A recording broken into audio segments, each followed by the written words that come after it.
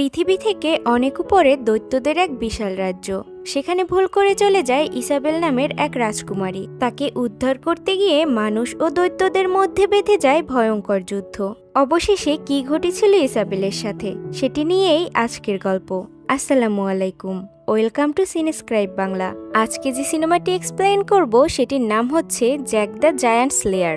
সিনেমাটির শুরুতে আমরা জ্যাক নামের এক গরিব কৃষকের ছেলেকে দেখতে পাই। জ্যাক রাতের বেলা ঘুমানোর আগে তার বাবা তাকে দৈত্যদের গল্প পড়ে শোনায়। তার বাবা তাকে বলে একসময় রাজা এরিকের রাজ্যের কিছু সন্ন্যাসী সৃষ্টিকর্তার সাথে দেখা করতে যাওয়ার জন্য কালো জাদুর মাধ্যমে এক ধরনের সিম বীজ আবিষ্কার করে। পরে সেই বীজগুলো বপন করলে বিশাল বড় অদ্ভুত কিছু গাছ হয়ে সেগুলো একদম আকাশের উপরে উঠে যায়। তখন সন্ন্যাসীরা সেই গাছ পেয়ে উপরে ওঠে। সেখানে গিয়ে দেখতে পায় ভয়ঙ্কর দৈত্যদের রাজ্য। তখন দৈত্যরা সন্ন্যাসীদের সেখান থেকে নিচে ফেলে দেয় এবং তারা পৃথিবীতে প্রবেশ করার পথ পেয়ে যায়। পরে তারা সেই গাছের মাধ্যমে পৃথিবীতে প্রবেশ করে সবকিছু লণ্ডভণ্ড করা শুরু করে। তারা সকল ধরনের পশু পাখি খাওয়া শুরু করে। পরে তারা মানুষ খেয়ে মানুষের রক্ত মাংসের স্বাদ পেয়ে নির্বিচারে মানুষ খেতে থাকে। এই বিপদ থেকে মুক্তি পাওয়ার জন্য কিং এরিক কিছু সন্ন্যাসীদের ডাকে। তারা একটা দৈত্যকে হত্যা করে তার হৃদয় দিয়ে কালো জাদুর মাধ্যমে একটি মুকুট বানায়। রাজা এরিক সেই মুকুটটি পরার পরে দৈত্যরা তার বশে চলে আসে।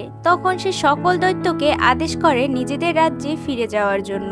দৈত্যরা রাজ্য থেকে চলে যাওয়ার পরে সেই সিম গাছগুলোকে কেটে ফেলা হয়। পরে রাজ্যে আবার সুখ শান্তি ফিরে আসে। রাজা এরিক তার মুকুট ও সিমবীজগুলোকে অনেক যত্নে রেখে দেয়। সে মরে যাওয়ার পর তার সমাধিতে মুকুট ও সিমবীজগুলোকে দিয়ে দেওয়া হয়। এই গল্পটি রাজ্যে খুবই জনপ্রিয় ছিল। রাজ্যের রাজকুমারী ইসাবেলকেও তার মা এই গল্পটি শুনিয়ে ঘুম পাড়াতো। এরপর 10 বছর পরের কাহিনী দেখানো হয়, যেখানে জ্যাক শহরে যাচ্ছে ঘোড়া বিক্রি করার জন্য। সেখানে গিয়ে সে দেখতে পায় তার ছোটবেলায় শোনা দৈত্যদের গল্প নিয়ে একটি মঞ্চনাটক প্রদর্শিত হচ্ছে। তখন সে ঘোড়াটি রেখে এসে সেখানে দাঁড়িয়ে পড়ে নাটকটি দেখার জন্য। তখন জ্যাক সেখানে একটি সুন্দরী মেয়েকে দেখতে পায়। এই মেয়েটি ছিল রাজকুমারী ইসাবেল। সে ছদ্মবেশে এই নাটক দেখার জন্য গিয়েছিল। ইসাবেলকে কিছু লোক উত্ত্যক্ত করছিল। তখন জ্যাক গিয়ে সেই লোকগুলোকে আটকানোর চেষ্টা করে। সেখানে একজন লোক জ্যাককে একটি ঘুষি দিলে সে নিচে পড়ে যায়। পরে সে আবার উঠে দাঁড়ায়। তখনই দেখতে পায় তার সামনে সকল লোকজন হাঁটু গেড়ে বসে পড়েছে। জ্যাক মনে করে সবাই আমাকে এত সম্মান কেন দেখাচ্ছে। তখনই পিছনের দিকে তাকিয়ে দেখে সে যে মেয়েটিকে বাঁচানোর চেষ্টা করেছে সে আসলে এই রাজ্যের রাজকুমারী। তাকে নেওয়ার জন্য রাজার সেনাপতি এবং অন্যান্য সৈন্যরা এসেছে। তারপরে জ্যাকও সেখানে হাঁটু গেড়ে বসে পড়ে। রাজকুমারীকে নিয়ে তারা সেখান থেকে চলে যায়। জ্যাক সেখান থেকে বের হয়ে দেখতে পায় তার ঘোড়ার গাড়িটি সেখানে নেই, শুধু ঘোড়াটি রয়েছে। তখন জ্যাক তার গাড়িটি খুঁজতে শুরু করে। ওদিকে আমরা রড্রিক নামে রাজার একজন খাস লোককে দেখতে পাই। রড্রিকের চেলা এসে তাকে জানায় যে রাজকুমারী আবার বাইরে বেরিয়েছিল, তাই রাজকুমারীকে রাজা রড্রিকের সাথে বিয়ে দিয়ে দিতে চায়। রড্রিক বলে যদি আমি তাকে বিয়ে করি তাহলে সে পাহাড়ে ঘুরে বেড়াতে পারবে, কিন্তু আমার এর চেয়েও অনেক বড় পরিকল্পনা রয়েছে। এটা বলে সে তার কক্ষে প্রবেশ করবে। তখনই দেখতে পায় সেখান থেকে একজন সন্ন্যাসী বেরিয়ে যাচ্ছে। পরে রড্রিক তার কক্ষে গিয়ে দেখতে পায় সবকিছু এলোমেলো হয়ে আছে। সে একটি বইয়ের মধ্যে সেই জাদুর সিম বীজগুলো সংরক্ষণ করে রেখেছিল। বইটির মধ্যে সে বীজগুলোকে খুঁজে পায় না। তখন সে জাদুর মুকুটটি খুঁজলে সেটি খুঁজে পায়। আসলে রড্রিক জাদুর বীজ এবং মুকুটটি এরিকের সমাধি থেকে চুরি করে রেখে দিয়েছিল, কারণ তার এসব নিয়ে অন্য বড় কোনো প্ল্যান রয়েছে। রড্রিক সেই যাজককে বন্দি করার জন্য আদেশ দেয়। তো সেনা সামন্তরা তাকে ধরার জন্য ছুটে চলে যায়। তখন সেখানে জ্যাক এসেছিল তার ঘোড়াটি বিক্রি করার জন্য। সন্ন্যাসী জ্যাকের কাছে গিয়ে বলে সে তার ঘোড়াটি কিনবে, কিন্তু তার কাছে কোনো টাকা নেই। সে জ্যাককে সেই সিমবীজগুলো দিয়ে বলে এগুলো খুবই দামি একটা জিনিস। জ্যাক যদি এগুলোকে অ্যাবেতে পৌঁছে দিয়ে আসতে পারে তাহলে সে অনেক টাকা পাবে। সেখানের অন্য সন্ন্যাসীরা তাকে টাকা দেবে। সে আরো বলে এগুলো যাতে জ্যাক সাবধানে রাখে আর এগুলো যাতে কোনোভাবে পানিতে না ভেজে। পরে সন্ন্যাসী জ্যাকের ঘোড়াটি নিয়ে সেখান থেকে পালানোর চেষ্টা করে, কিন্তু সেনা সৈন্যরা তাকে বন্দি করে নেয়। রড্রিক তাকে জিজ্ঞেস করে সে বীজগুলোকে কোথায় রেখেছে, কিন্তু সে কিছুতেই উত্তর দেয় না। অবশেষে রড্রিক তাকে মেরে ফেলে।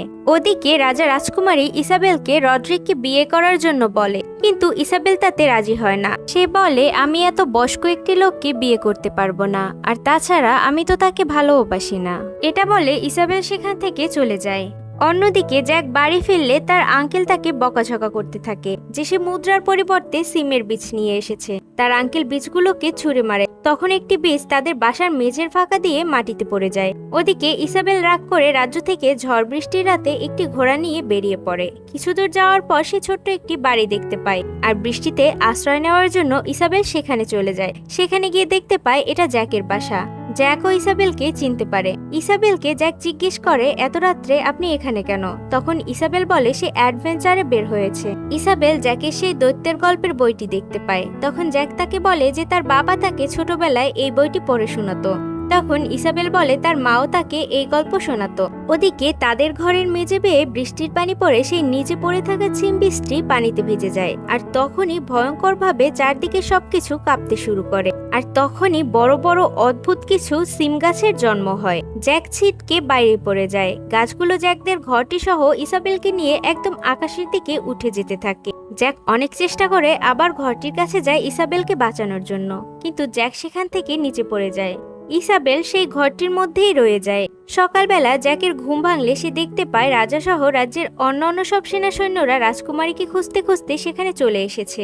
জ্যাকের হাতে তারা ইসাবেলের ব্রেসলেটটি দেখে জিজ্ঞেস করে ইসাবেল কোথায়। তখন জ্যাক তাদেরকে সবকিছু খুলে বলে। পরে রাজা তার কিছু সেনা সৈন্যকে বলে এই গাছ দিয়ে উপরে ওঠে ইসাবেলকে ফিরিয়ে আনার জন্য। তখন রড্রিক বলে সেও তাদের সাথে যাবে, সে ইসাবেলের কাছে নিজেকে প্রমাণ করবে। জ্যাক বলে সেও সৈন্যদের সাথে যাবে ভলান্টিয়ার হিসেবে। পরে তারা সকলে মিলে রওনা করে রাজকুমারীকে ফিরিয়ে আনতে। তারা সেই গাছ বেয়ে উঠতে উঠতে অনেক বিপদের সম্মুখীন হয়। তখন বৃষ্টি নামায় তাদের ওই গাছগুলো বেয়ে উঠতে অনেক কষ্ট হচ্ছিল। বজ্রপাত হলে কিছু সৈন্যরা নিচে পড়ে যায়। অবশেষে তারা সেই গাছগুলো বেয়ে একদম উপরে উঠে যায় এবং সেখানে গিয়ে জ্যাকের ঘরটি দেখতে পায়, কিন্তু সেই ঘরটির মধ্যে ইসাবেল ছিল না। পরে তারা ইসাবেলের পায়ের চিহ্ন ধরে সামনের দিকে এগোতে থাকে। তখন রড্রিক জ্যাকের গায়ে একটি অস্ত্র ধরে বলে সিমবিজগুলো আমাকে দিয়ে দাও। তখন জ্যাক ভয় পেয়ে সিমবিজগুলো রড্রিককে দিয়ে দেয়, কিন্তু সে বুদ্ধি করে একটি সিমবিজ নিজের কাছে রেখে দেয়। রড্রিক জ্যাককে বলে কেউ যাতে এই ব্যাপারে কিছু না জানে, সে যাতে কাউকে কিছু না বলে। এরপরে তারা গাছের সাথে ইসাবেলের রেখে যাওয়া চিহ্ন ধরে এগোতে থাকে। কিছু দূর যাওয়ার পরে জ্যাক ইসাবেলকে যে বইটি দিয়েছিল সেটি দেখতে পায়। পরে জ্যাক সবাইকে জানায় ইসাবেল হয়তো আশেপাশেই কোথাও রয়েছে। তখন সেনাপতি এলমন্ট সবাইকে দুইটি টিমে ভাগ করে দেয় এবং দুদিকে চলে যেতে বলে। এলমন্টের টিমে জ্যাক এবং অন্য একজন সৈন্য ছিল। তারা কিছু দূর যাওয়ার পরে কিছু ভেড়া দেখতে পায়। তারা সেগুলো দেখে অনেক খুশি হয়ে যায় এবং খাওয়ার জন্য সেগুলোকে শিকার করতে যায়। তখনই জ্যাক এবং সেই সৈন্যটি একটি ফাঁদে পড়ে যায়। তারা কোনো রকম সেখান থেকে বের হয়, কিন্তু তারপরেই তারা দেখতে পায় বিশাল আকৃতির একটি দৈত্য তাদের দিকে আসছে। তখন এলমন্ট এবং অন্য সৈন্যটি লুকিয়ে পড়ে। জ্যাক কোনো উপায় না পেয়ে সে পানির মধ্যে ডুব দিয়ে লুকিয়ে পড়ে। দৈত্যটি সেখানে এসে ভেড়াগুলোকে ধরে ধরে খেয়ে ফেলে। পরে জ্যাকদের সাথে যে সৈন্যটি ছিল সে যে গাছের আড়ালে লুকিয়েছিল সেই গাছটি দৈত্যটি উপড়ে ফেলে এবং সেই সৈন্যকে ধরে ফেলে। তখন এলমন্ট তাকে বাঁচানোর জন্য দৈত্যটির পায়ে ছুরি দিয়ে আঘাত করে। পরে দৈত্যটি এলমন্ট এবং সেই সৈন্যটিকে ধরে নিয়ে যায়। জ্যাক পানির নিচে লুকিয়ে থাকার কারণে দৈত্যটি তাকে দেখতে পায়নি। পরে জ্যাক উঠে দৈত্যটির পিছু নেয়। ওদিকে রড্রিক এবং তার চেলার সাথে ভালো একটি সৈন্য ছিল। রড্রিক পাহাড়ের একদম কিনারায় গিয়ে বলে ওই যে ইসাবেলকে দেখা যাচ্ছে। তখন সৈন্যটি সেখানে গেলে রড্রিক তাকে পাহাড় থেকে ধাক্কা দিয়ে নিচে ফেলে দেয়, কারণ রড্রিকের এখানে আসার উদ্দেশ্য ছিল সম্পূর্ণই ভিন্ন। তাই সে চাচ্ছিল না সে ছাড়া অন্য কেউ এখানে বেঁচে থাকুক। তখন রড্রিকের সাথে থাকা চেলাটি ঠাট্টা করে বলে যে মানুষ যখন মারা যায় তখন এত জোরে চিৎকার করে কেন। তখনই বিশাল আকৃতির একটি দৈত্য এসে তাকে ধরে খেয়ে ফেলে। রড্রিক এটা দেখে খুবই ভয় পেয়ে যায়। তখন আরো একটি দৈত্য আসলে রড্রিক জাদুর মুকুটটি বের করে আর দৈত্যগুলো তার বশে চলে আসে। ওদিকে জ্যাক দৈত্যটিকে ফলো করতে করতে দৈত্যদের আস্তানায় চলে যায়, আর সেখানে ইসাবেলকে তারা বন্দি করে রেখেছে। তারা ইসাবেলকে বলে যে তুই রাজা এরিকের বংশধর, তোকে মেরে আমরা আজকে প্রতিশোধ নেব। তখন অন্য দৈত্যটি এলমন্ট এবং তার সাথে সৈন্যটিকে নিয়ে সেখানে হাজির হয়। তখন দুই মাথাওয়ালা দৈত্যটি এলমন্টের সাথে থাকা সৈন্যটিকে ধরে খেয়ে ফেলে। পরে এ নিয়ে দৈত্যদের মধ্যে ঝামেলা হয়। বাকি মানুষ দুটোকে কে খাবে এটা নিয়ে তারা ঝগড়া করতে থাকে। ঠিক তখনই সেখানে রড্রিক চলে আসে। তার মাথার মুকুটটি দেখে সব দৈত্যরা তার বশে চলে যায়। সবাই হাঁটতে হাঁটু গেড়ে বসে তাকে সম্মান করে। তখন রড্রিক দুই মাথাওয়ালা দৈত্যটিকে একদম নিচু হতে বলে। দৈত্যটি নিচু হলে রড্রিক তার মাথার উপরে পা রেখে উঠে দৈত্যদের সিংহাসনে বসে। রড্রিক সকল দৈত্যদের উদ্দেশ্যে বলে তারা আগামীকালকে রড্রিকের সাথে রাজ্যে ফিরে যাবে এবং রড্রিক রাজা হবে। সে দৈত্যদেরকে সাথে নিয়ে পুরো রাজ্য দখল করবে। এগুলো শুনে ইসাবেল এবং এলমন্ট বুঝতে পারে যে রড্রিক একটি খারাপ লোক। একটি দৈত্য ইসাবেল এবং এলমন্টকে তাদের কিচেনে নিয়ে যায়। এলমন্টকে রান্না করার জন্য দৈত্যটি রেডি করছিল। তখন সেখানে জ্যাক চলে আসে এবং লুকিয়ে লুকিয়ে এলমন্টের হাতে একটি চাকু দিয়ে আসে। পরে দৈত্যটি ইসাবেলকে ধরে তাকে খাওয়ার জন্য।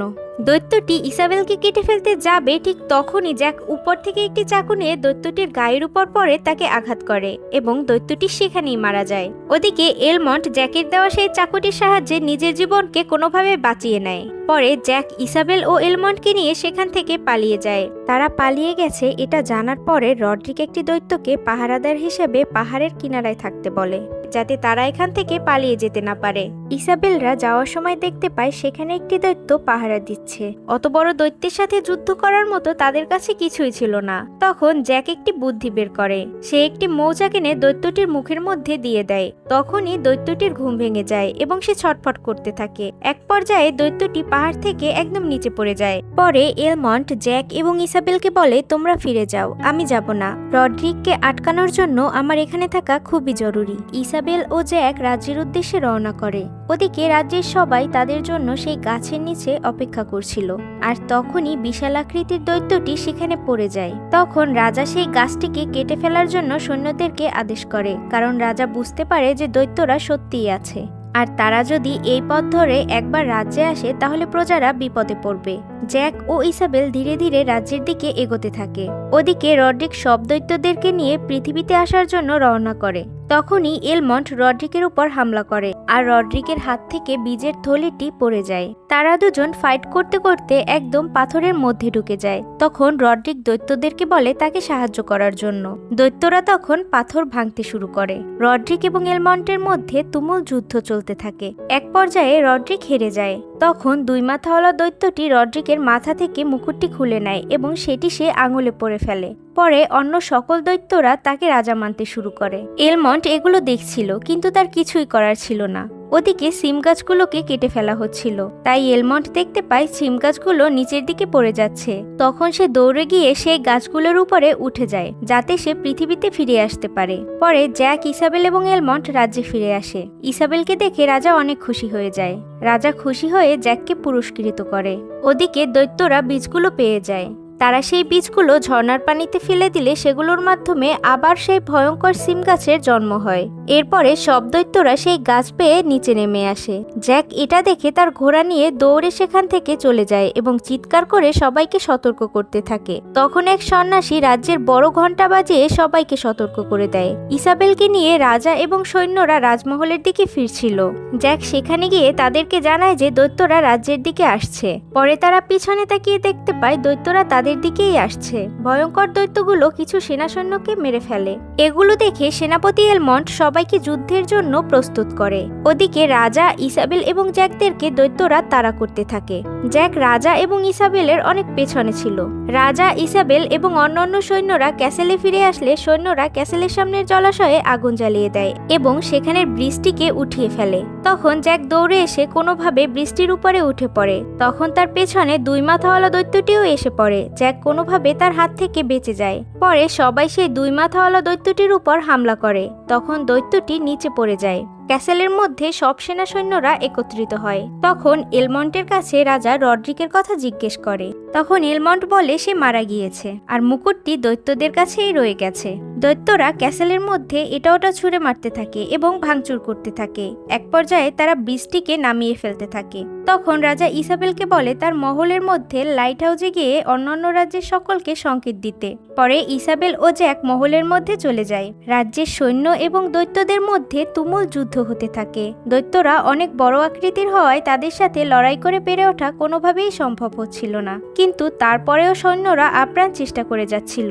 ওদিকে যে দৈত্যটি পানির মধ্যে পড়ে গিয়েছিল সে দৈত্যটি রাজমহলের ভিতরে চলে আসে। ইসাবেল এবং জ্যাক তাকে দেখে লুকিয়ে পড়ে, কিন্তু দৈত্যটি তাদের গন্ধ শুকতে শুকতে তাদেরকে খুঁজে পায়। পরে ইসাবেল ও জ্যাককে দৈত্যটি তাড়া করতে থাকে। এক পর্যায়ে ইসাবেলকে দৈত্যটি ধরে ফেলে। জ্যাক একটি অস্ত্র নিয়ে দৈত্যটির উপর ঝাঁপিয়ে পড়লে দৈত্যটি তাকেও ধরে ফেলে। তখন জ্যাক কোনো উপায় না পেয়ে তার সাথে থাকা সেই বিষটি দৈত্যটির মুখের মধ্যে ফেলে দেয়। পরে দৈত্যটির শরীরের মধ্য থেকে বিশাল বড় সিম গাছের জন্ম হতে থাকে, আর দৈত্যটি ইসাবেল ও জ্যাককে ছেড়ে দেয়। তার হাত থেকে জাদুর মুকুটটিও নিচে পড়ে যায়। এদিকে যুদ্ধ করতে করতে অনেক সৈন্যই মারা গিয়েছে।